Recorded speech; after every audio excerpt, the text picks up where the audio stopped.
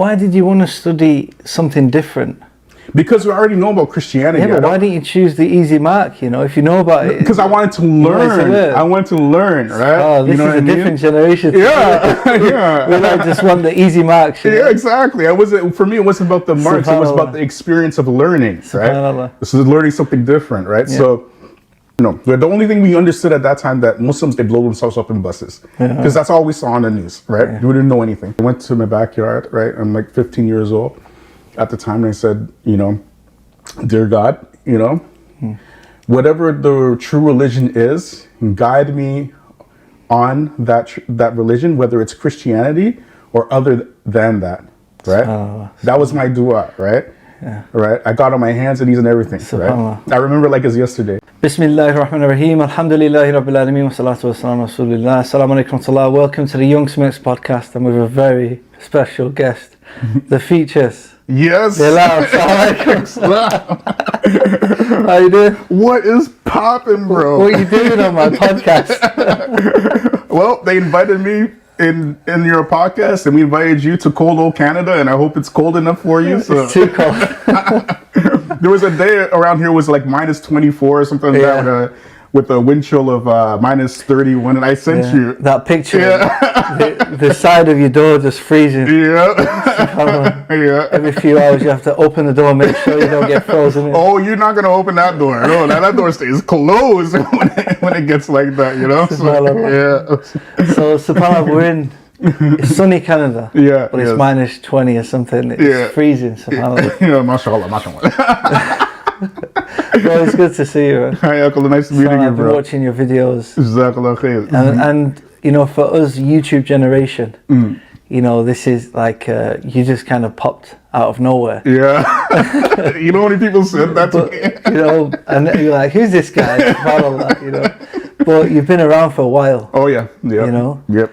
And people forget that YouTube's not always been the format of dawah or where people are consuming knowledge or even entertainment or Islamic kind of information. Yes. I'm going to get to that later because I want to know about you first. No problem. But yeah, so you actually revert to Islam. Yes, I am. Yes, I am. When did you come to Islam? Wow, that's a story, man. You got time? You got time?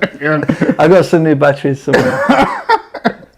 Well, man, so back in the day, this is before internet, before you could get information online or anything like that. Yeah. Back in those days, right, you had to read books, right? Yeah. So I was Catholic and I went to Catholic school.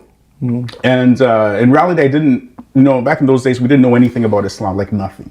Yeah. You know what I mean? Like nothing at all, right? And what happened was I was going to Catholic school, and in Catholic school, when you reach a certain grade, they give you a project to do on world religions, right?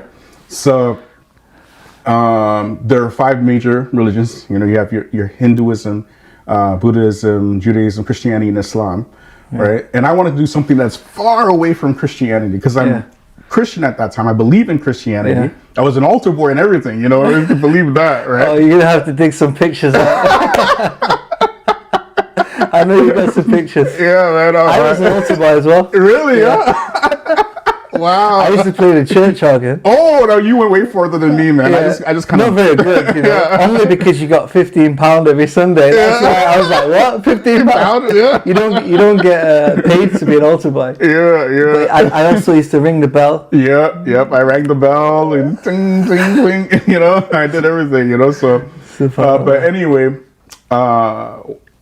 what happened was I wanted to do something that was different from Christianity. So you have to put your name in a pool because there's only 5, right? And the class is at those times it wasn't that big, like 25 students or something like that, right? So I wanted to do Hinduism, right? So I put my name. You have to put it in order: Hinduism and whatever you want first. So my first choice was actually Hinduism because I know this is far away from Christianity. And the teacher said, we got a group for Hinduism. We got to pick something else. So I said, okay, I'm going to choose Buddhism now, right? Right? Because I know Buddhism is pretty far too, right? Got a group for that. pick something else. So what's left? You have Judaism, Christianity, and Islam, right? SubhanAllah. And I said, okay, well, if you're Christian, you kind of have an understanding about Judaism anyways, right? But Islam, I don't really know, like I never even heard of it. And I asked my teacher, what's Islam? And she said, well, it's something like Christianity. They believe a lot of the similar things, but they have another prophet. And I said, really? Okay, so I want to do Islam now. All right, she said, okay. So, but why did you want to study something different? Because we already know about Christianity. Yeah, but why didn't you choose the easy mark, if you know about it? Because I wanted to learn. I wanted to learn, right? Oh, this is a different generation. Yeah. We like just want the easy marks. Yeah, exactly. For me, it wasn't about the marks. It was about the experience of learning, right? This is learning something different, right? Yeah. So now, like I said, you have to read books, okay? Yeah. So in those days, there were no Islamic books, nothing, right? Yeah. So how do you get your information about Islam? You have to go to Encyclopedia Britannica. Yeah. For those of you who don't know what Encyclopedia Britannica is, it's a very large series of volumes of books. It's like a book version of like Wikipedia. Yeah, but more authentic. Yeah, exactly. Right. So that's what it is. It's very, very large, right? So it's everything about the world. So you got to read. So I got the reading and everything like that, and I saw that this Islam stuff is it's similar to Christianity, except they don't believe that Jesus is God. They don't believe that Jesus is the Son of God, and they don't believe that Jesus died on the cross, right? Yeah. So in my head, I'm like 13 years old at that time, right? I don't know anything else, right? In my mind, I'm like, well, who are these Johnny-come-latelys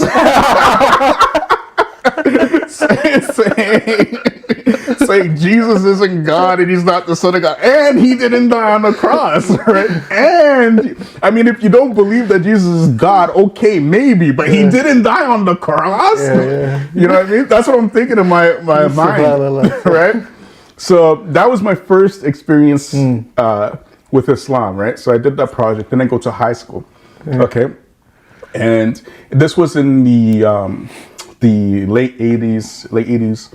And at this time, there was like this big type of hip hop revolution at this time, right? Because when hip hop was coming up, it was kind of really suppressed, but then it just kind of blew up, right? So you got a lot of rappers who were talking a lot of conscious things, right? Lots of consciousness, right? So I go to high school now, and I meet Muslims for the first time, right? So I start talking to them. Now, mind you, these Muslims are not good Muslims, okay? They're not like, they're like, they're like us, they're kind of like. I'm not surprised. You tell them, I'm like, all right, yeah. The same with me, subhanAllah. Yeah, so I'm like arguing with them all the time, and you guys believe that, believe that Jesus didn't die on the cross and blah blah blah, and I used to think that they worshiped the Kaaba and all this kind of stuff, and that's why you guys pray to the east and all kinds of weird things, right? Because I didn't know. The only thing we understood at that time that Muslims, they blow themselves up in buses, because that's all we saw on the news, right? We didn't know anything, and they're like, no, it's not like this, it's not like that, and I remember at the same time I started hearing some hip hop groups. So I used to listen to Public Enemy. That was my favorite group back in the day for years, right? And in one of their lyrics, they say, "A follower of Farrakhan. Don't tell me that you understand until you hear the man," right? But I never even understood what that meant. And what happened was one of my friends, right, gave me a cassette from Louis Farrakhan, right? He said, "Here, listen to this," right? So I said, "Okay," and I go. And I listened to it, right? And I remember this cassette. It's called The Pale Horse, right? And remember, I don't know anything, all right? And after I heard that cassette, I was like, no, man, this guy's speaking the truth, right? This guy's speaking the truth, right? Mind you, Farrakhan, he's not Muslim. He's not Muslim, okay? He's he believes in some weird things. This is well known. He's Nation of Islam, right? However, they claim to be Muslim. They claim to be Muslim. Yeah, exactly. And this experience that I had is so common with black converts, especially at that time frame, right? Many of us, our first experience with Islam was through Louis Farrakhan, right?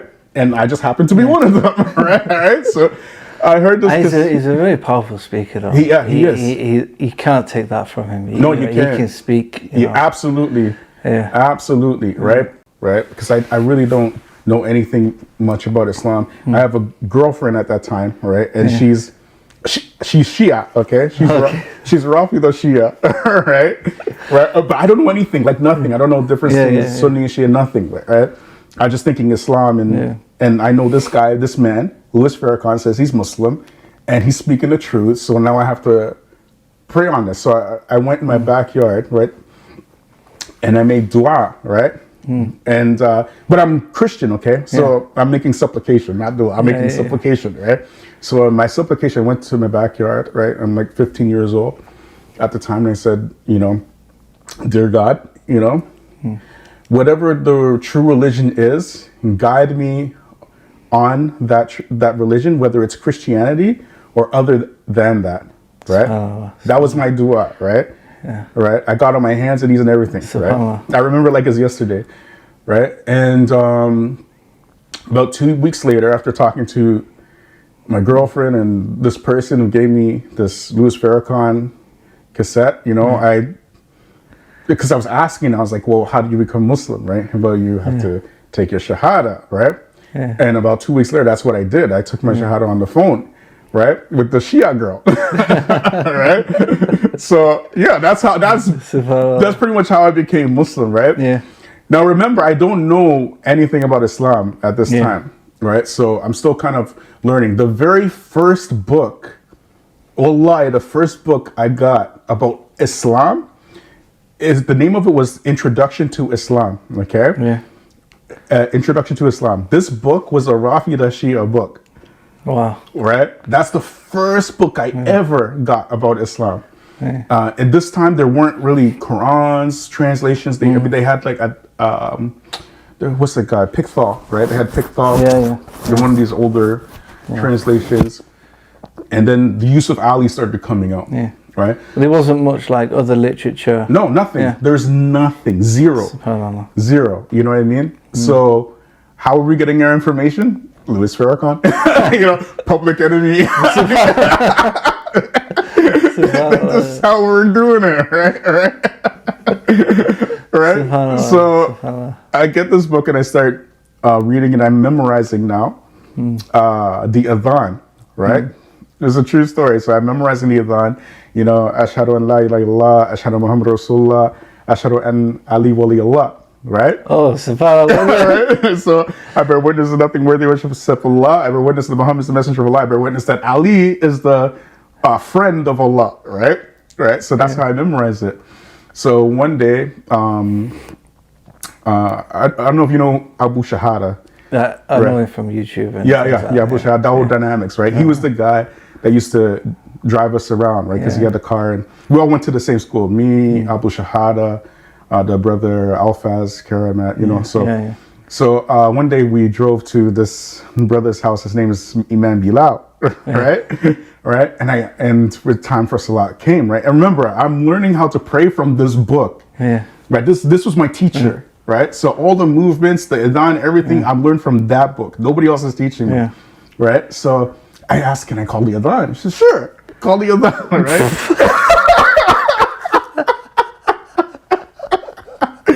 Right? So Ashhadu Muhammad Rasulullah, Ashhadu an Ali wali Allah. What did Bilal just say? Wallahi. That really happened, right? Right?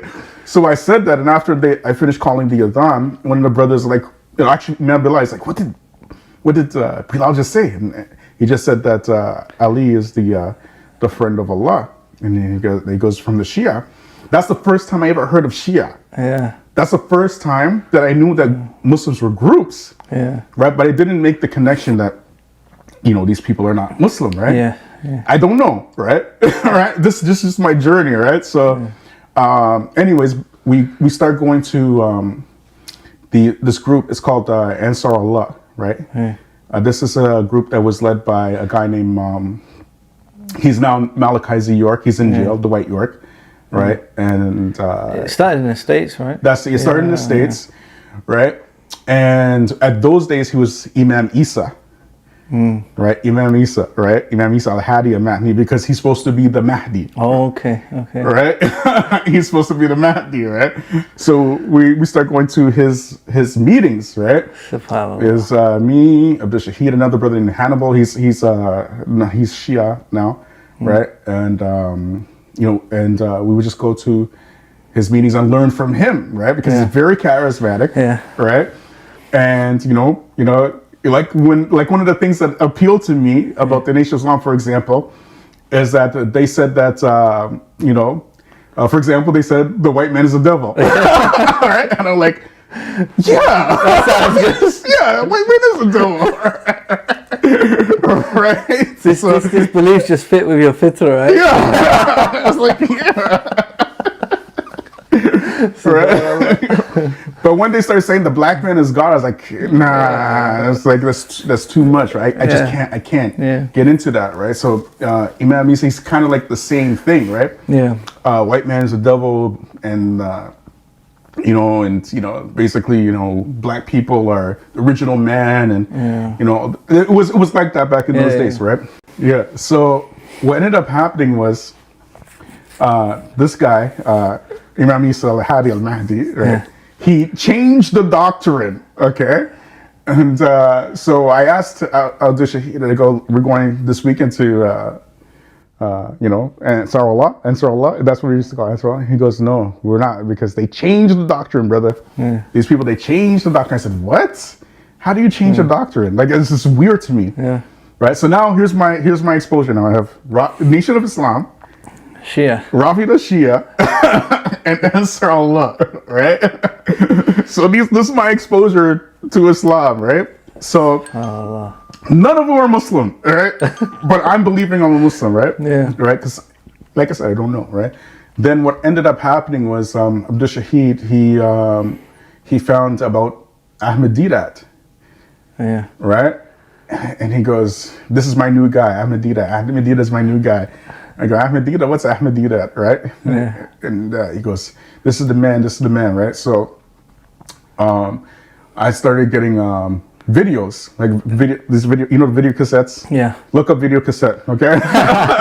Find out what it is, right? So I got video cassettes of Ahmed Didat with some debates, right? And that was my first exposure to actual Islam, right? Subhanallah. Right? So I would watch his... So what's this, like late 80s, early 90s? Late 80s. It's late 80s, right?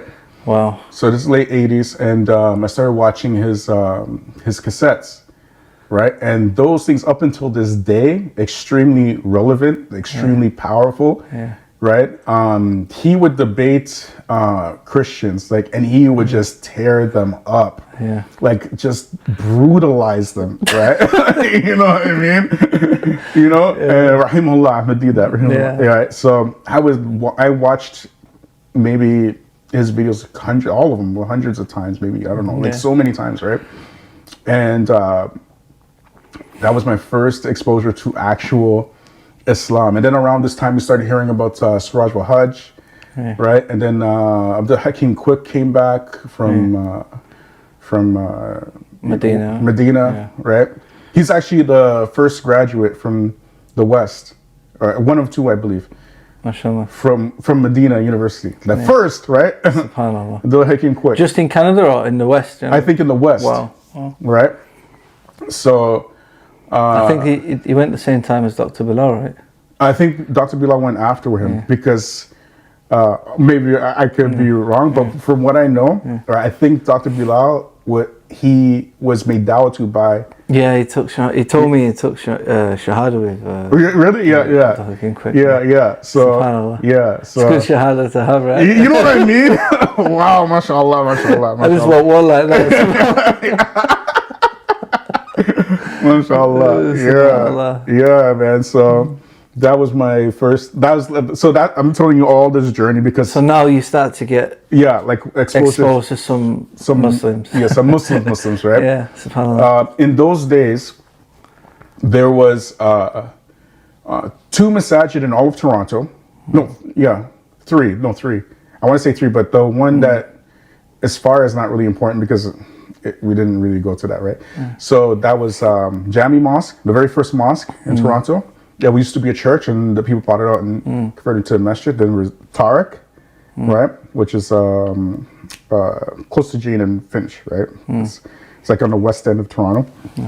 Excuse me, on the east end of Toronto, like this is the far one I was talking about, was Islamic Foundation, right? But and back in those days, Islamic Foundation used to be a house. I think I went past it when I was there, Yeah. But now it's a massive... They built a big mosque. Yeah, it's a big masjid, right? But it used to be like just a... It's like one of the first mosques in Toronto. Yeah, right? So, and I was a kid. I became Muslim when I was 15 years old. Wow. Right? So I can't drive, you know what I mean? Everywhere I'm going, I'm either taking the bus or Abdul Shahid, he's driving me, he's taking me, right? Right? So, and in Brampton, the first mosque in Brampton was called Brampton Mosque or Torburn Mosque. And it's the same type of thing. It was a house. It used to be just like a rinky-dink house, right? And it was from Jamaat Tabligh, right? And, you know, so my path, I had to go through all these groups, right? You know, until, you know, alhamdulillah, here I am now, right? Oh, and full disclosure, I don't believe the white man's the devil. Not all of them. Not all of them, anyway. SubhanAllah. So I can't imagine living in that time. I can't imagine it because I've always had access to books. You know, you can go to these like Islamic bookstores everywhere in the UK. You know, and you've got tons of books. PDFs online, YouTube videos. We've got so much information. You know, and it's like, you know, I hear about some of these early reverts, you know, even before you, like in the 60s and 70s, there was absolutely nothing, like not even like the Quran or anything. It's like, subhanAllah, how did you find Islam? And it's hard to imagine. It's hard to imagine now, right? But there are people who went through that. You know what I mean? There are people who, you know, subhanAllah. You know, there's a difference when you know, you're kind of like used to having something at your access to things and actually having to fight for the things that you need, you know? Like there's difference between going through the Jahiliyyah and just kind of being born a Muslim. You know what I mean? It's a massive difference, you know? So we came from Jahiliyyah, bro. You know what I mean? So now when we see like all this like fighting amongst the Muslims, because we remember a time when you couldn't afford to fight.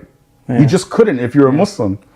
Because you were literally fighting for your religion itself. Right? We remember a time, we remember those times, you know what I mean? Now everybody, you know, people generally don't read anymore, right? If they want to find out any information about their talking points or their agenda, just go on Google and just Google it. And here's the refutation. Blah. Go ahead and just read a few and they don't even read it themselves. Exactly. Exactly. You know what I mean?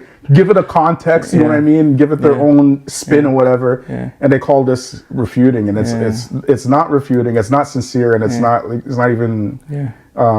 You know. So how did you get involved in dawah? Well, okay, so after I became Muslim, you know, and I remember I'm young, I have energy. That from that time, I was involved in dawah. You know what I mean? And you know, I was always like calling people to you know, Islam, what I thought it was Islam at that time, you know what I mean? Which is more political stuff, you know, like white man's a devil, look at all the stuff that, you know. But I'm thinking this is Islam, you know what I mean? I'd love to see, you know, if this would have been in like the 90s, there would have been some video footage somewhere we could bring it up on you, you know. It's a good job it was in the 80s, you know. Not everyone's got a camera in their pocket. You know? Yeah. Well, even in the 90s, like in the 90s, there really wasn't. Just imagine you like preaching, you know. You white man, devil.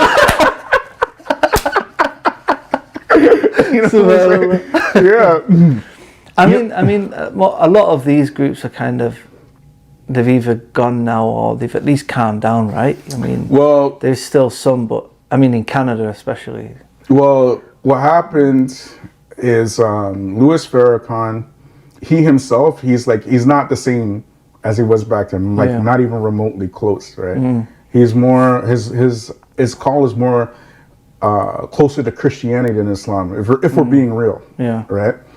And I heard, I don't know if it's true, but I heard Siraj Wahhaj was like giving them dawah, and and I heard they started praying and stuff, like they got a masjid now. I heard, I mean, they never used to pray, right? No, I saw something like this. I saw something like this. Don't know what on YouTube, but Siraj Wahhaj, he's actually one of these people that a lot of people from the nation and Wardin Muhammad community came to real Islam by his dawah. Many people, right? So, you know, like I remember going to a lecture of his in the UK, and he was speaking about the work that the Nation of Islam used to do, like praising it. They were doing so much work on the ground in the States. You know, like getting people out of, you know, trouble and drugs and things like that. Yeah. But, you know, the bottom line is the belief is not true, you know. Well, yeah, exactly. Well, you know, here's the thing though, right? A lot of people who are not in the black community, for example, right? They're kind of outsiders looking in at what's going on in the black community. Now, here in Canada, we don't have this type of the systemic and systematic racism that happens in the States. It's not the same, right? However, if you're black in North America or South America, you're a descendant of a slave, right? So the experience that we have is not like the experience of people from these monolithic cultures. You understand? So now here comes the Nation of Islam, right? In the 60s or whatnot, when Malcolm X joined the Nation of Islam, that's kind of when they really got popular because of his orating skills, right? He's very articulate, right? So I think today actually is the anniversary of his death. If I'm not mistaken, today I just seen it on someone posted it on Facebook. Wow. Rahimullah Al-Hajj Al-Malik Shabazz. So these people were putting in work when nobody else was doing it. Not Muslims, not Christians, nobody, right? When you look at black history in North America, so many times throughout history, black people tried to get together, tried to build their own communities, and almost every single time, especially in the States, it was kiboshed by their own government. You know, black people didn't have the right to vote up until very recently. They were considered second-class citizens all the way up until the 60s, right? All the way up until literally foreigners from Portugal or Italy or Ireland would come to the States, get their citizenship before black people who were born and raised in the States and be able to vote, right? And up until this day, when they want to rig elections, they basically know how to rig based on the color of your skin in America, right? It happened with George Bush, it happened with Donald Trump, right? And it's going to continue happening, right? So now these people are putting in work in the black community, right? And they've accepted what they think is Islam. They accept this, like me, I accepted something that I thought was Islam. I didn't know that this is in Islam, right? But I was... It was the closest to Islam you'd been exposed to at the time. Exactly, right? And they're putting in work, right? And then somebody comes and says that, you know, Louis Farrakhan believes in a spaceship, you know, and he believes in Yaqub, all right? The Yaqub, the one who grafted the white man and all this kind of stuff. All this crazy, and he believes the black man is God, and it's so easy to refute them on a religious level. It's easy. It's not difficult, you know. However, if you're using any sort of thing that resembles wisdom, right? You have to provide them with a message that gives them an alternative, right? Because they are used to doing good in the community, right? So now you're saying, okay, talking all this stuff about Farrakhan or whatever, right? And what he believes, and it's so simple to. It doesn't take a genius to really refute them. You don't even need to waste your time. Why, instead of doing that, just talk to them about Tawheed. Tell them about Allah. Tell them about the Prophet Muhammad. They'll listen. Well, like most of these religions, they fall in love with the speaker. Yeah. Because, the 90% that they speak in truth about politics or whatever it is, that's enough for them to just love the speaker. Yes. And they kind of turn a blind eye to the actual, the false stuff. Yeah. And it just becomes like a cult, Yeah, of course, this is something that's normal. Yeah. Even we see them, these type of cultish groups all the time. Yeah. But if somebody doesn't know anything else, if that's all they know, then you have to present them with an alternative. Yeah. What's the point of you telling this person that this guy believes in the messenger after the messenger? He knows what he believes. Yeah. What do you believe? Yeah. Teach him the truth. Come here, brother. Just let's look at this verse in the Quran. Let's read it together. What do you think? What do you think? Does Allah have any partners? Can Allah come in a person? What do you think about Qul hu Allahu ahad Allahu samad? What do you think about this? Right? Yeah. Show them.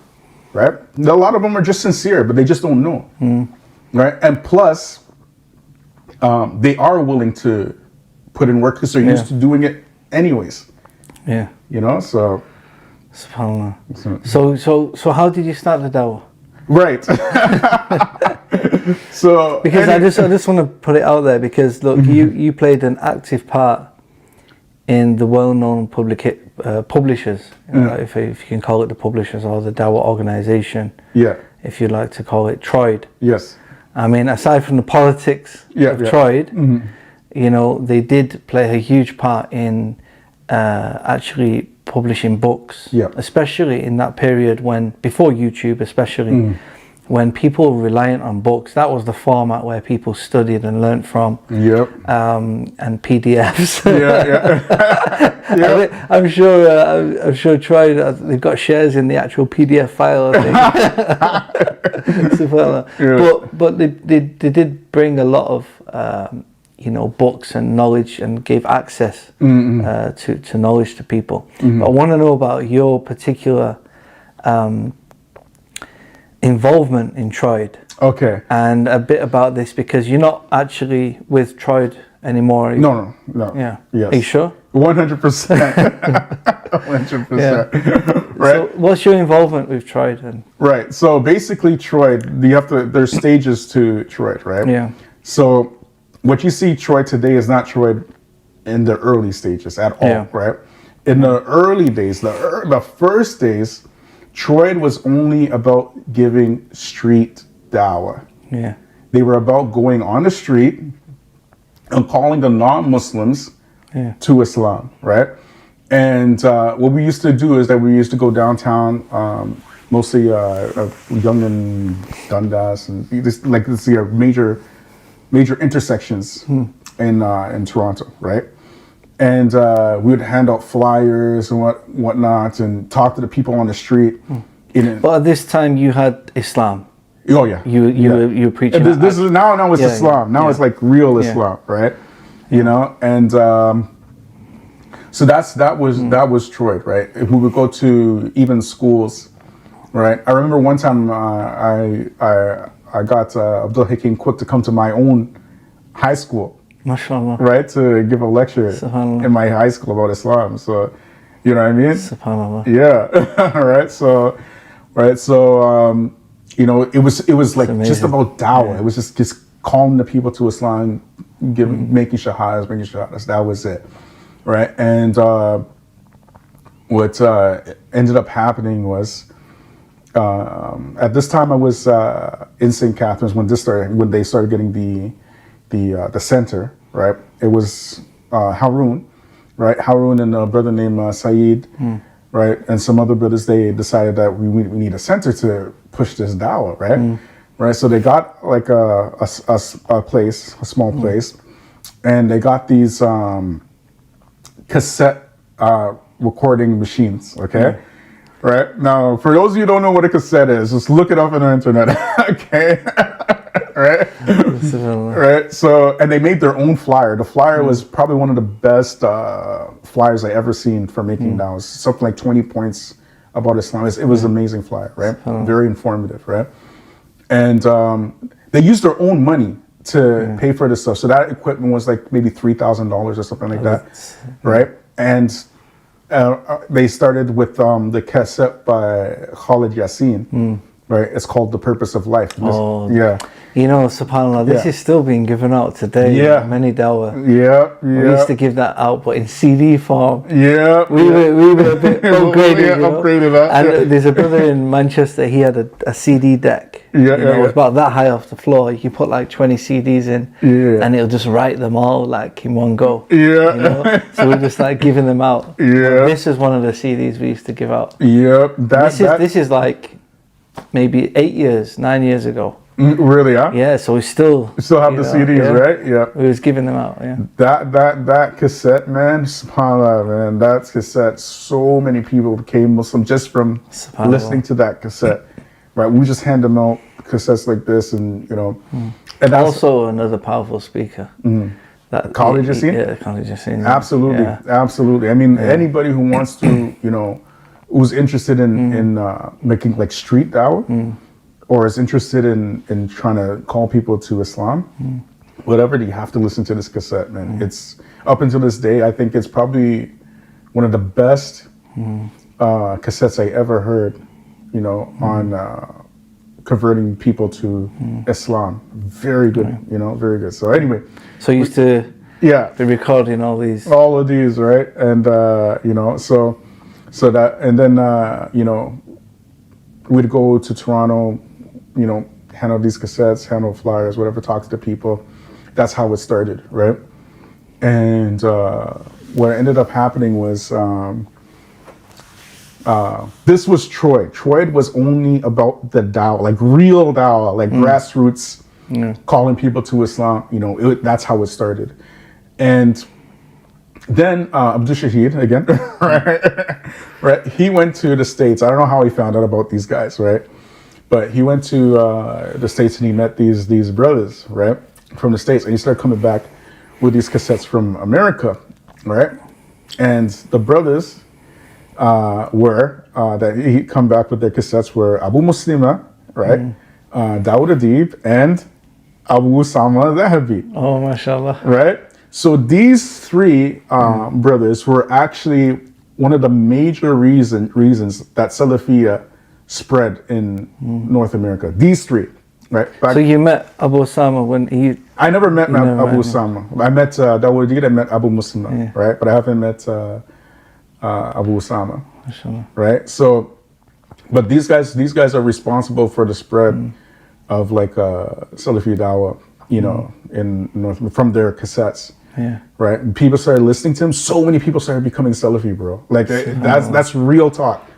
Right, real talk. And back in those days, we were united and everything like that, and there was no, just like what we see today, right? And of course, in those days, Sheikh Albani, rahimahullah, he was alive. Sheikh bin Baz, rahimahullah, he was alive. Sheikh bin Baz, Sheikh Uthaymeen, they were alive. Sheikh Mukbil, rahimahullah, was alive. And so you had some. It was different. It was different. It was different. There was no messing around, really, right? I mean, the thing is, today someone might, you know, you might not realize, someone might not realize the importance of this. You think, oh, okay, 3 speakers, you know, that's good. But when you just told us how little Islam there was, this is a major thing. Yeah, of course. You know, people didn't have access to knowledge. Yeah. And all of a sudden you've got people who are teaching the correct Islam. Exactly. Actually guiding people. Yeah. You know, this is like a major thing, right? It is absolutely major. Absolutely major, right? You know, you think, oh, 3 speakers, but in this context today, 2020, you don't really realize how big of an issue that was. Well, yes, 100%. That must, to have more content, more things to listen to, more, Yeah, bro, let me tell you. I used to go to, it's a place in Toronto, it's called Little India, okay? It's a place, it's a street called Gerrard Street in downtown Toronto. And this place in Little India is one of the very first places that you could buy books in Islam. So I would go there and I get these little books or whatnot, right? And one of these books that I got is a small book, right? Because I didn't, like I said, I don't know anything. It's called Sunnat, right?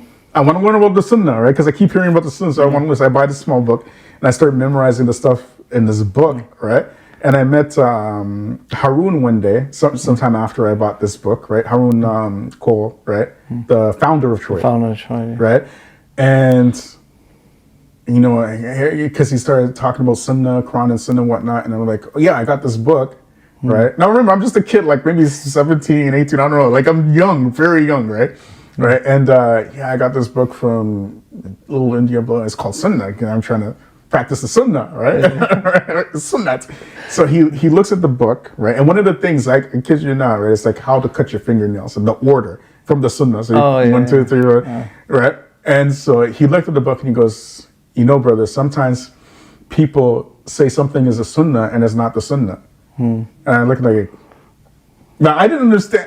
I knew what he just said. Like I understood, but I was like, it didn't really click until now you see a lot of people talk about Sunnah, right? But they're not, it's so easy to see it now, right? Because so many different groups, right? So, but at any rate, this is what we had. This is what was available to me.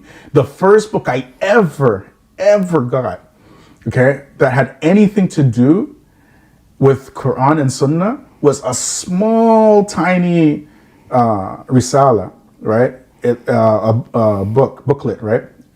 Translated from Sheikh Abdulaziz bin Baz, rahimahullah. That's the first book I ever got that started talking about the Quran says this, Prophet said this. And the name of the book was called Knowledge. I got it from Abdul Shahid, actually, right? Because he was expecting these books, right? And we were at Tark Mosque, and it was Ibrahim Downey and Abdul Shahid. And Ibrahim Downey was I know Ibrahim Downey. Yeah, that's another. Mashallah. Yeah. So I was there, and Ibrahim was asking Abdul Shahid that the books from the Sheikh come. Right? And I'm like, Sheikh, what Sheikh? I don't even know what a Sheikh is, right? You know what I mean? Right? Because, and then they come with a carton of these small, and he goes, here, read this. I took it, and I went home. And from that day, when I finished reading that book, I was like, this here, this is Islam here. This is what Islam really is. All right? That's when I was kind of like clear, right? From just that book. You know, so at any rate, that was Troy. Troy was about Dawah. And then we started getting cassettes from the three brothers, Abu Muslim, Dawood Adib, and Abu Osama, and we started spreading them out. And then so many people got interested in Salafiyya, bro, from these guys, right? And then what happened was one year QSS did a conference in, I believe it was Detroit, right? It's like, you might hear about this conference from all the brothers anyway, but everybody was there. And I mean everybody. Like they had the Jordanians, right? They were there. Hisham al-Arif was there. Abu Khadija was there. I believe Lal Davis was there as well, right? Like so many people were there. Obviously the Troy brothers were there. And that one conference was like showing like unity, amongst the Salafis, right? And from that point, like Salafi was just spreading like crazy, like wildfire, right? And so we were calling the people to Islam, calling people to the Quran, calling people to Sunnah, right? That was like the real call, in those days, right? So, but where did it develop from there? Because of course everything's changed. Everything's changed. Yeah. And a lot of people would take the name Troyd and these things with a bit of precaution now. Yeah. You know, because they would be seen as hard and tough and, you know... yeah, they deserve that, to be honest. That's the reality. Yeah, you know, and what's the difference? How did Troyd change and why did you come away? Wow, that's a story. That's another, you got time?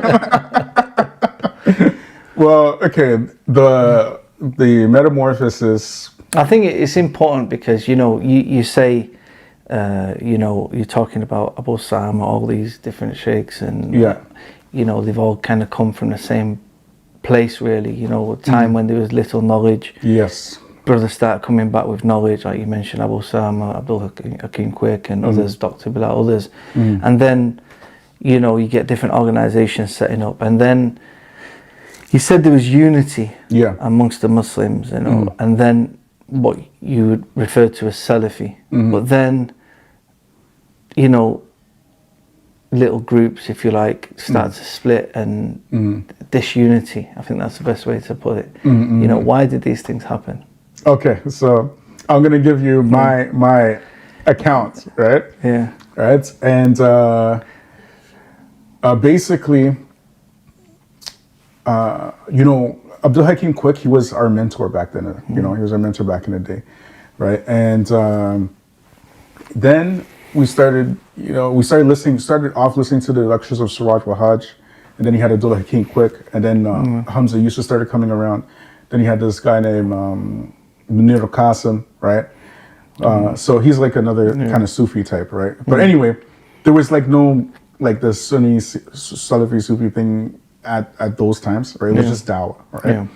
And what ended up happening was we started hearing about Salafiyya, right? So the first book ever that kind of clarified Aqidah, right, in the English language, and I personally believe this is the best book for English speakers on Tawheed, right, that English speakers should read, right, is Fundamentals of Tawheed from Bilal Phillips, right? So he wrote this book, and then that's when, you know, we started learning about Aqidah, right? Because we were all reading it, right? And even up until this day, even though those guys, they hate Bilal Phillips, they still sell this book. They sell this book. Serious? Yeah. Today? Even up until this day, bro. SubhanAllah. Right? Because they know, right? But anyway, so we started hearing about Aqidah, right? And then the brothers would do lectures with Bilal Phillips and whatnot, and what ended up happening was, in my opinion, there were 3 events that caused everything to change, right? The first was the death of the 3 big shayukh, right? And this time, that was Sheikh Albani, Sheikh Bin Baz, and Sheikh Uthaymeen, right? When these 3 died, not just in North America, but worldwide, things started changing, right?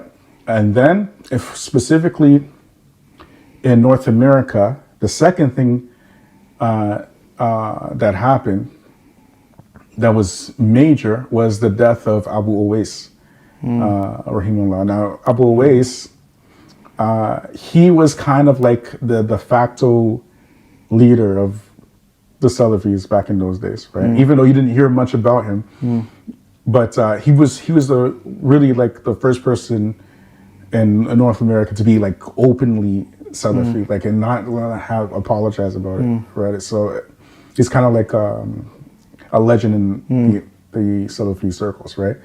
So he died, and then the big icing on the cake was when Sheikh Rabi bin Hadi al-Madkhali started refuting Abul Hasan al-Arabi, right?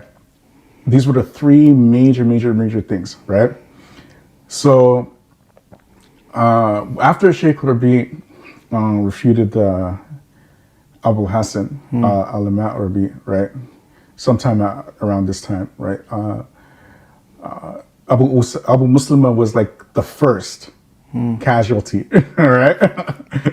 He was the first casualty, right? And I don't believe this is by accident, because Abu Muslima, out of all of them, he had a thriving, and I mean thriving, Salafi community. like a legit. I heard he has like a huge masjid. Yes. Like a huge, massive community. masjid with businesses all around, and people sold their homes and all kinds of stuff to live around this community, right? And around this time, they were talking about having a leader for the Salafis, right? And, you know, there's like a lot of politics involved, including from QSS, right? Including from this brother he was a brother, he apostated, his name is Hernando, right? I mean, there's so many intricate details, bro, Yeah. right? But at any rate, Abu Muslima, he said that the scholars in Saudi, they're Hanabila, they're like Hanbali, right? And he said that, and they got it on tape. Long story short, they went to Sheikh Rabi', right? And they told Sheikh Rabi' that this man, you know, he said that scholars in Saudi is Hanbali, whatever. They have the cassette, everything like that. They took him to Sheikh Rabi' Abu Muslima. Right, he asked Abu Muslima, "Did you say this?" He said no. Then they played the cassette, and he said, and then Sheikh Rabi' asked, "You know who the person on this cassette is? He was saying this right now." He said, "I am," and it just caused a big thing. But anyway, Sheikh Rabi', he said that Abu Muslim is a hizbi, he's a liar, right? All this kind of stuff, right? And you know, lots of detail. But he basically ordered the Muslims not to go to his masjid. And with that word, okay, that whole community was destroyed. Just with that. And from there, that's when right? Now, Sheikh Rabi', he was warring with Abul Hasan al-Ma'arbi at this time, right? So what Sheikh Rabi' did is that he got 30 different people, you know, and in retrospect, when you look back, there are a lot of people that signed off on this refutation. They're not actually scholars, they're more like Tulab al-Ilm. But anyway, right? You got 30 people to sign off on his refutation on Abul Hasan al-Ma'arbi, right? 30, okay? I've never seen this before, and I've never seen it since, right?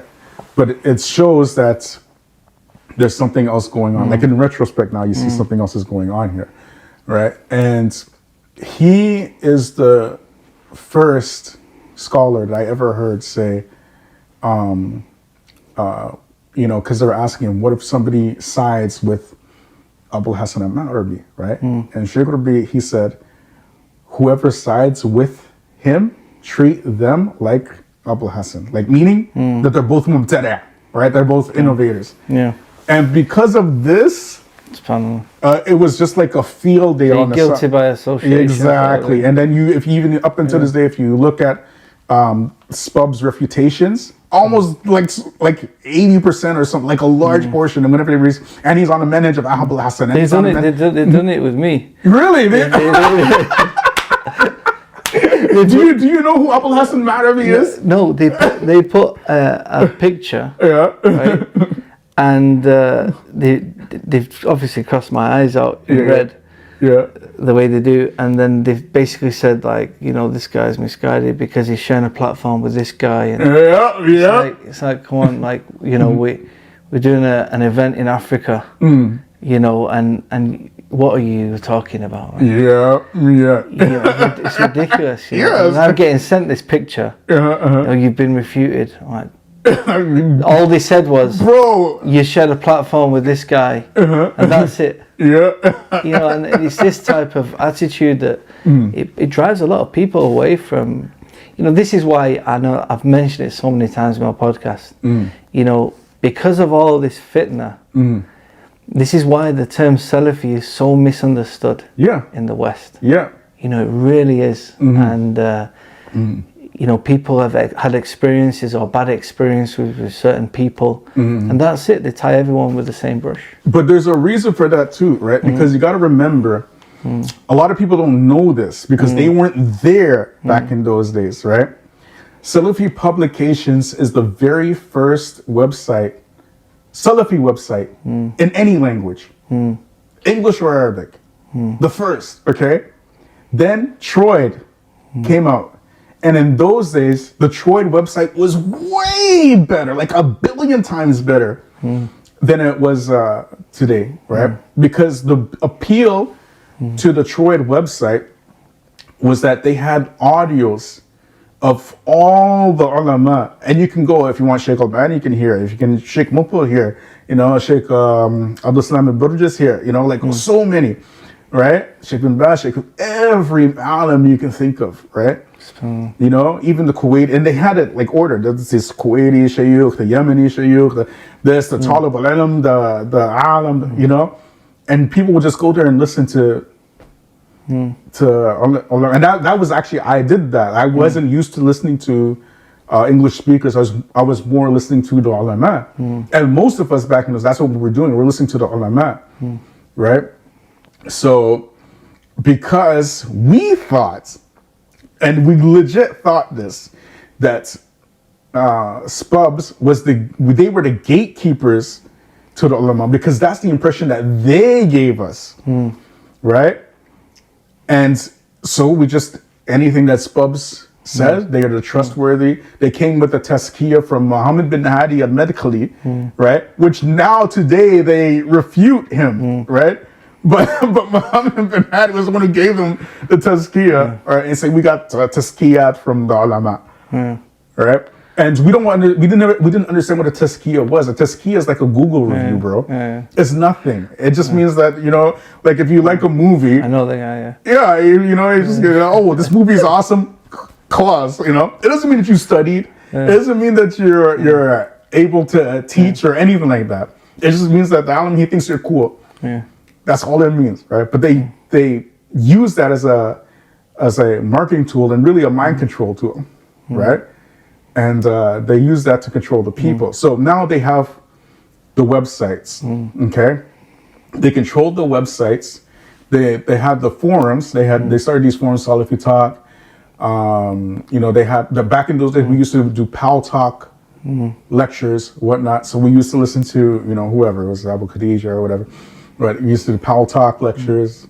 They were basically controlling the narrative. Yeah. So now anybody who tries to come up and say something different, because we understood Salafiyya through those platforms, they were easily just crushed, right? SubhanAllah. There was no YouTube. So it's like a monopoly on. It was a monopoly on the message, right?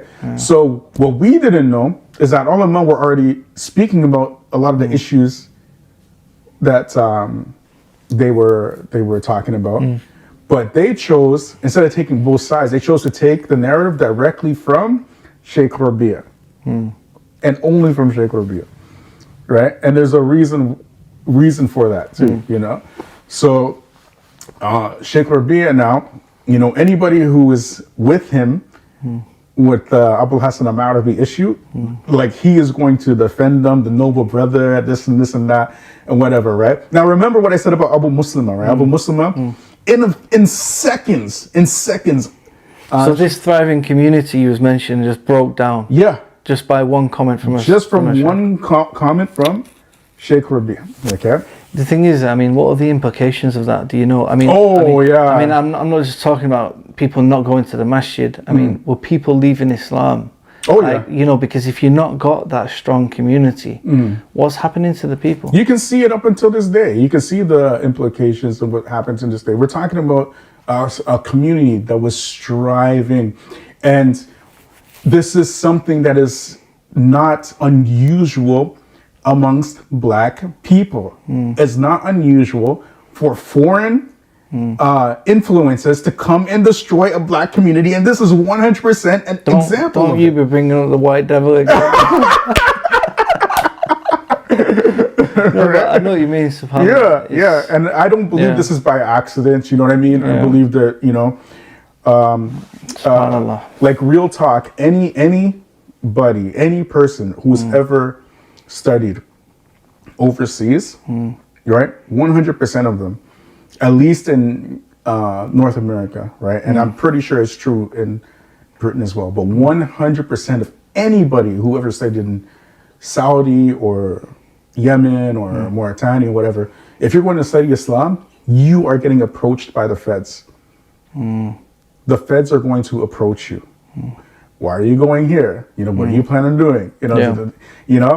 And they will question you and question. I got approached by the feds. You know what I mean? My picture was handed out in Scarborough.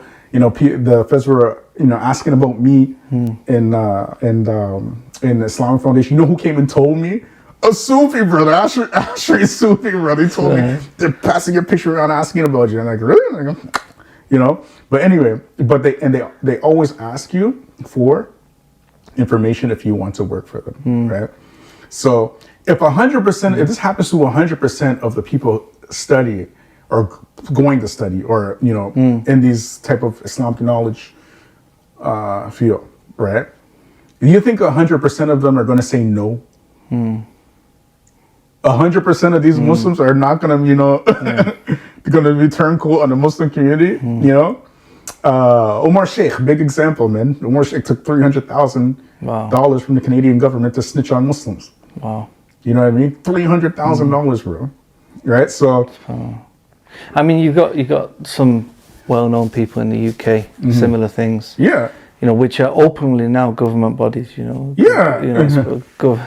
Yeah. So now they offered huge money. Yeah. So the U.S. government, they have a history of destroying any type of black progress on a communal level in the States. This is something that's known, right? Go look up Black Wall Street, for example. One of the most popular examples. For me, I don't have look up the Black Panthers. Look what they did to the Black Panthers. You know what I mean? Malcolm X himself. Too much power for one man, right? Yeah. They have a history of doing this, right? This is not something unusual. So when did you take a step back from Troid, and when did Troid itself kind of? Yeah, so what ended up happening with Troid was that I moved my family from St. Catharines to West End of Toronto, specifically to be close to the center and so that my family can help the center out, and I picked a location close to the mention everything, right? That was my goal, that was my intention. When I was in St. Catharines, right? Now remember, I'm in St. Catharines. St. Catharines and Toronto are about over 100 kilometers. Oh, wow. It's not close at all, right? And I basically, because I was already making dawah in Toronto, but when we moved to St. Catharines, right, I wanted to make dawah in St. Catharines, and, I wanted to basically do CDs, right? So I spent a lot of money, my own personal money, right, on this CD equipment, right? Like maybe $5,000 in total, right? So I got a machine that converted cassettes to CDs. I got a machine that basically copied CDs. I got the printer machine for the CDs. Yeah. Right. So I got the CDs. You know what I mean? So it wasn't cheap, right? And I wanted to do a website, so I spent a bunch of money building the website because I don't know how to build a website. I hired a brother to build the website for me, right? And I asked the brothers before, right, and the multiple witnesses, right? I asked them before if I can actually do this. I said, yeah, man, of course, it's a great idea. You know what I mean? So who was there? It was Muad Qureshi was there, Amar Ali was there. I can't remember who else, right? So what happened was, now remember, I'm used to making dawah, right? And Umar Alundi, right? Umar Alundi is the webmaster at this point of Troid, right? He's the webmaster, right? So I don't know him, right? Because he came after I was there, right? So he probably saw me as some new guy, right? But I saw him like, who's this new guy, right? Because I never seen him before, right? So anyway, I launched the website, okay? And the day I launched the website, I got an email from Umar Alundi, we are ordering you to cease and desist this website and blah, blah, blah. And how can some brother that's close to us betray the brothers? And I saw this, I was completely shocked, right? I didn't know what was going on. And I called Amr and Amr told me he doesn't agree with this. But he told me straight up he doesn't agree with this. And I asked Muad. Muad at that time, he's the Mudir, is the leader of Troy, right? And he said, well, yeah, I know I gave you permission, but Omar, he disagreed. See, Muad, he thinks he needs Omar, right? Because Omar's the webmaster, right? So now he's playing politics, right? So I was shocked. My wife was shocked. So we're like, what do we do, right? So, I prayed istikhara, right? And I gave all that thousands of dollars of city equipment to the center so that they can make dawah, right? And feasibility, just like that. I gave it to them. And that was the first time that CDs were introduced into dawah, right? I believe I was the first person to ever do it, right? Right? Nobody else was doing it at all. Nobody. No, not that I know of anyway. Not even ICNA or ISNA or anything like that. I was the first person to do the CD thing, right? So what year was this? I can't remember. It's like 90, early. I'm gonna say early 90s. Yeah, early 90s. Yeah, yeah. So you pulled the web again? Did you pull the website? Yeah, I pulled the website, everything, right? So because I was about the dawah. I wasn't about this baller. I just want to make dawah. That was it. Maybe Allah will give me. I was thinking. That's how I was thinking in my head, right? I didn't know that Omar Alandi was, pocketing the money. I didn't know that. I found all that stuff later, right? But anyway, that was my first experience. So what you think they didn't agree with it purely from a financial perspective? Again? Do you think they didn't agree with it from a financial perspective? 100%. Yeah. Not I think. I know. So they didn't want I know. Not I think. I know that's why they didn't. So they didn't want to give basically free. He told me with his own mouth, Wallah al-Azim, Rabbul Kaaba, that it will cut into the funds of the dawah. Think about this. Over 100 kilometers away, cutting into the funds of the dawah. And you live in this early 90s where there's lack of Islamic education. Anything. You just want to get it out there, right? Exactly. You know what I mean? So that's what so that's how I know. That's how I know, because he said it just like that. It will cut in the funds of the dawah. Okay? Yeah. Right. So anyway, as I mentioned, I moved there, right, to Toronto. Now they have my CD equipment, whatever, and I'm there and I'm trying to help out and everything like that. And then I started volunteering, right, at the center, right? And my wife, she's like a legit accountant. And my wife, she's like, Bob, she calls me Bob. You go, what? And she goes, look at this. And I look and I see Troy has lost its charitable status, right? And charitable status is not an easy thing to get in Canada, right? But charitable status, why it's important is because it gives you the ability to write off donations, right? So if you have the ability to write off donations, you can get high big money donors, right? Because they're going to write it off as a tax write-off, so they'll get it back in tax time, right? So they lost that status. I said, this is not good, right? That was the year that Ahmed Essing was the Mudir, right? That's when that happened, right? So I called an emergency meeting. I told them, right? And shortly after, they put me on the shura, right? So now I'm on the shura, right? And I start taking all the bills, all the accounting, because my wife, she's trying to get the charitable status back. It's not an easy task, right? It's not like a small thing, right? And then we started noticing anomalies, right? Like money's missing here, money's missing there, right? Now remember, I'm young. I'm like young, like early 20s, right?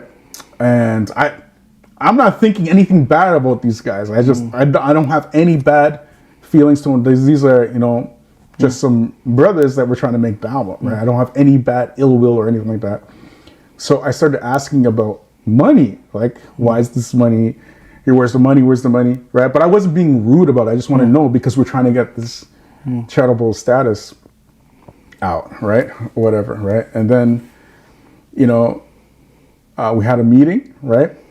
And then they just kicked me off the shura, right?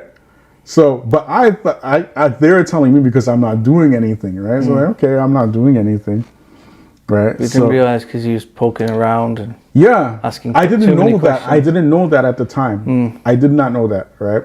I found that out afterwards, all right?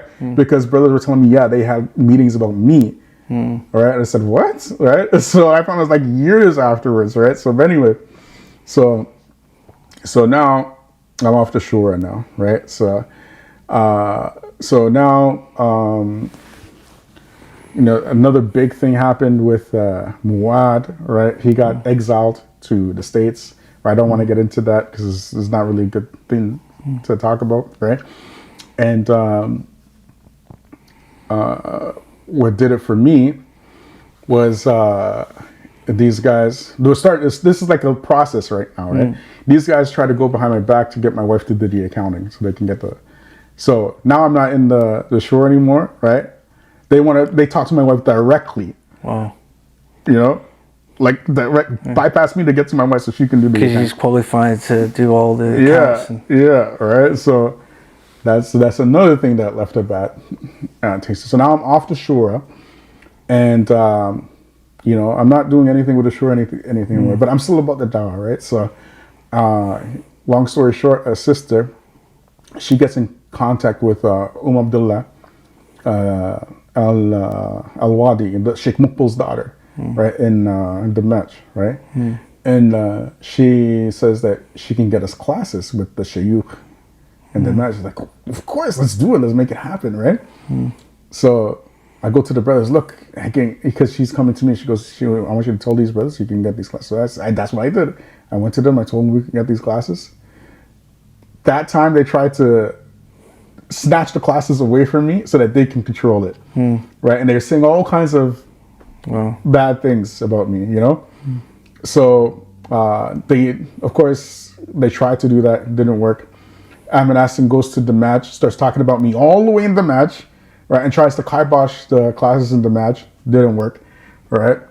And eventually the classes did get kiboshed, but that's another thing, right? So now I'm seeing all this stuff happening. It's just like a big power struggle. Yeah, you're right. Yes. So, and all this is while Abu Uwais is alive, right? So what ended up happening was these guys had a conference in the States, right? So, and they were told Ahmed Hassan and Umar London to go to the States for this conference, and Abu Uwais laid them out, and one of the big topics in this meeting was me and all the stuff they did to me and my family and all this kind of stuff, right? That was one of the major things, right? So after that conference, things kind of calmed down for a bit, right? And what ended up happening was I go to Yemen. Right, and then of course, Ahmed Hassan, he's there in Yemen, and he's like trying to win my reputation, all kind of stuff. There's all kind of just crazy stuff happening, right? So finally, I ended up moving to Saudi, right? So for me, I'm like, okay, and they're my brothers and everything, but I don't really want anything to do with them. I'm moving on with my life. I don't really care, right? But I'm in Saudi, okay? So I lived in Saudi for 9 years. And then I started seeing these YouTube videos of Sheikh Wasila Abbas refuting Abu Khadija and Bilal Davis by name, mentioning by name and calling them liars and juhal and don't sit with them, like so clearly. Now we all know that Sheikh Wasila Abbas, he's one of our ulama. So I'm in Saudi, I'm thinking, okay, it's a done deal. It's a wrap. I don't know what's happening in the West, right? So for me, I'm like, okay, I'm done with these guys, right? From there, but what really put me over the hump was when Shadid Muhammad, because they were feuding Shadid Muhammad on all kinds of stuff, right? And then finally, Shadid Muhammad, he came out and he spoke, right? And I didn't know who Shadid Muhammad was, right? I only found out who he was from these guys, actually, right? Him and Tahir Wyatt. I didn't know who they were, right? So I listened to Shadid Muhammad's lecture about... What year was this? Oh man, I can't remember. I was in Saudi. It must have been like 2000s, like maybe mid 2000s. I want to say. I want to say like around this time, or maybe late 2000s, right? So all you guys are still quite young then. Well, yeah, I guess so. Yeah. So Shadid, this one is the one that broke the camel's back for me, right? When Shadid Muhammad started speaking about Sheikh Obeid, right? And Shadid Muhammad said that he was supposed to have a meeting with Sheikh Obeid, right? And Tahir White was going to bring him to Sheikh Obeid's house, and everything's cool and everything there. And the day that they were going to go, Sheikh Obeid told Tahir, don't come in, don't bring Shahid. Right, just like that. So he called off the meeting he never met, and he still, and Sheikh Obeid was refuted Shadid. Shadid is going there to clarify the issues. He wants to clarify because he doesn't want to be kicked off the minhaj, right? He wants to, some clear. So he's going there to find out what the issues are. Sheikh Obeid calls off the meeting. I said, and I heard that. I was like, what? Like, this guy's but he's being passed off as an alim. What kind of alim is afraid of meeting somebody, right? If you want Islah, that's what you do, right? So from that, when I heard that, I was like, no, these guys are off. They're like, they're gone, right? So yeah, that's pretty much, that was it for me. But I didn't know that people still kind of like, they had that type of reach still, because I'm thinking after Sheikh Wasiullah refuted me, Khalas, Sheikh Wasiullah Abbas, how many people does he actually refute? If he refutes, it has to be good. You know what I mean? Yeah. You know it has to be true. So, SubhanAllah. Yeah. So interesting. Yeah. There's a lot of history behind it. Oh yeah. SubhanAllah. And it's just a shame because, of course, like you in the beginning, I'm just focused on basic dawah. Yeah. And you're trying to explain the truth to people. And of course you have all these different sects and groups. And when you're trying to explain the truth and you're pointing people in the right direction, and you just get associated and tied with the same brush. Yeah, it's haram. And it's just like, this is haram. You can't do this. It's not like that, You can't do this. Yeah. I have Christian family members. I go to their homes for dinner and I invite them to my house for dinner. That makes me a Christian now.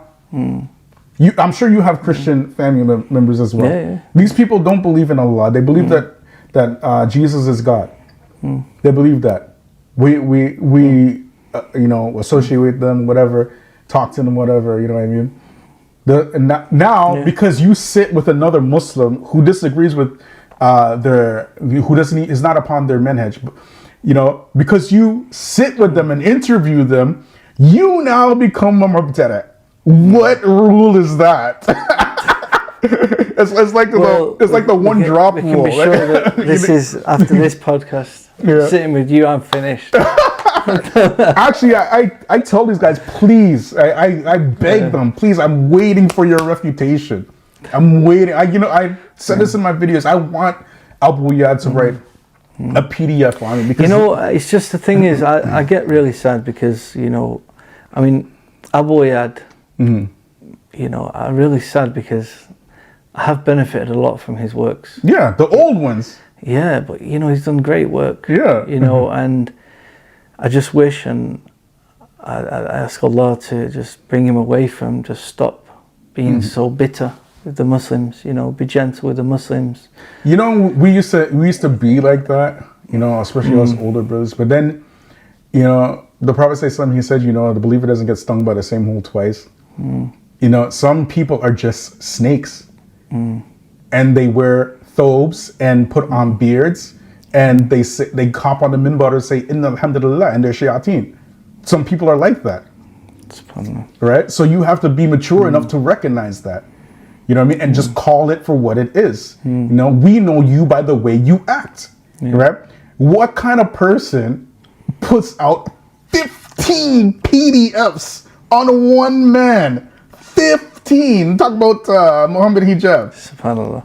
15. And what was this? What was Muhammad? It was like 70,000 words into it. It's like a book. You know what I mean? A little book on Muhammad Hijab. Muhammad Hijab. right? And then you have these brothers telling you, why are you, why, I wish you didn't go with Muhammad Hijab, he's Ikhwani. I'm like, just, please, if you have something significant to tell me, then please tell me. But I will talk to whoever I want to talk to. And you are not going to stop me. So if you want to make me mubtadi for doing an interview with Muhammad Hijab, please, tafaddal. Go ahead. You know? You're not going to stop me from talking to who I want to talk to. So, look, I don't have much battery left. Okay. So I just want to ask you one thing as well. Yeah. You see, knowing the state of the dawah currently in the West, obviously you're from Canada, you know what it's like in the States, you got these different groups. How do you think we should be calling people to Islam? The way that the Salaf did it, right? What did the Salaf start with? They always started with the Quran, right? They started with calling the people to Allah. This is what they did, right? We make our wala wa bara based upon Allah and His Messenger. We make our allegiance, right, to Allah and His Messenger as close as the people to Allah and His Messenger are, right? That's how we make our, and we make our bara, we make our disassociation as far as the people are. That's how we're supposed to do it. We're not supposed to do it for men. My wala and bara is not for Muhammad Hijab. Why are you telling me about Muhammad Hijab for? Am I worshiping Muhammad Hijab? You know what I mean? Like, use some common sense. Sheikh Albani, rahimahullah, never had a Salafi teacher. I'll repeat, Sheikh Albani, rahimahullah, never had a Salafi teacher.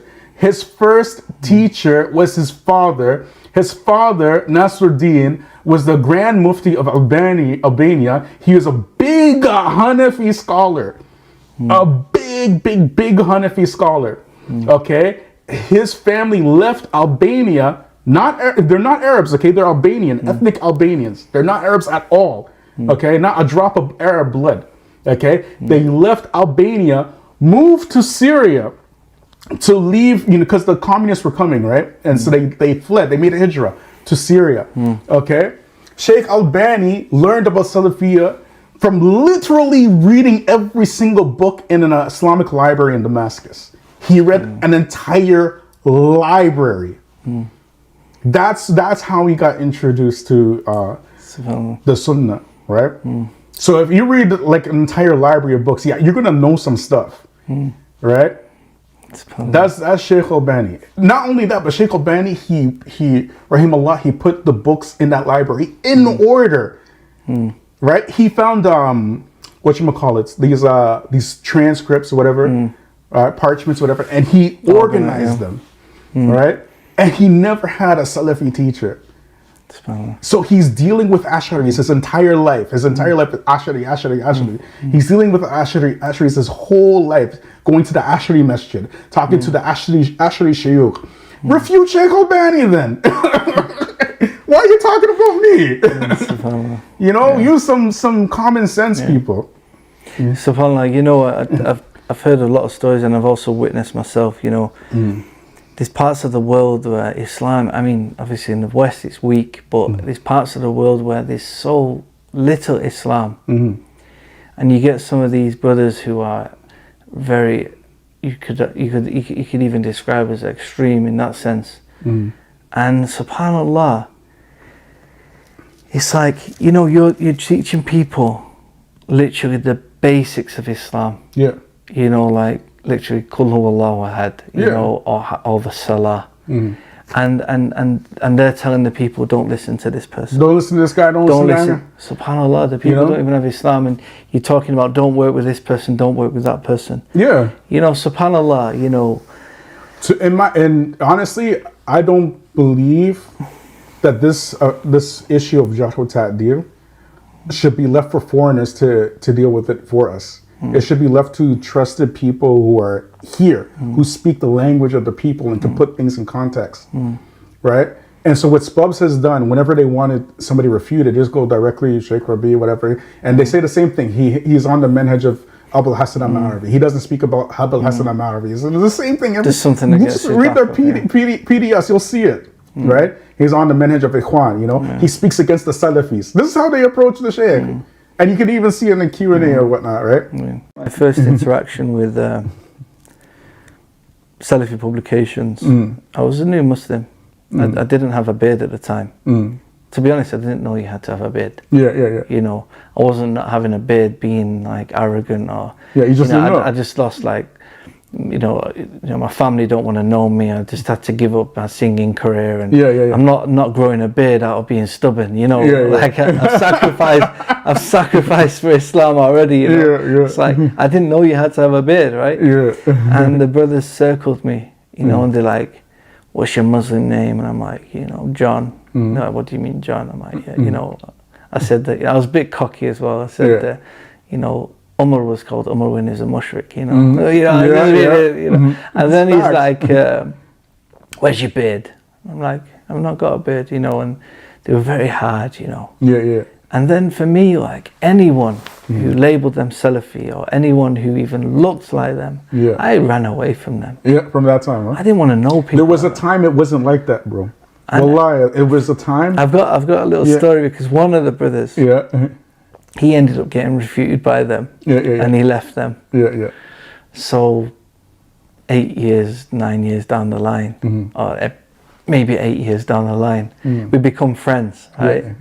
So he wanted to speak to a sheikh that I know, so I got the sheikh on FaceTime, and this brother had become a bit of a cool dude. You know, he's got like a nice haircut and everything.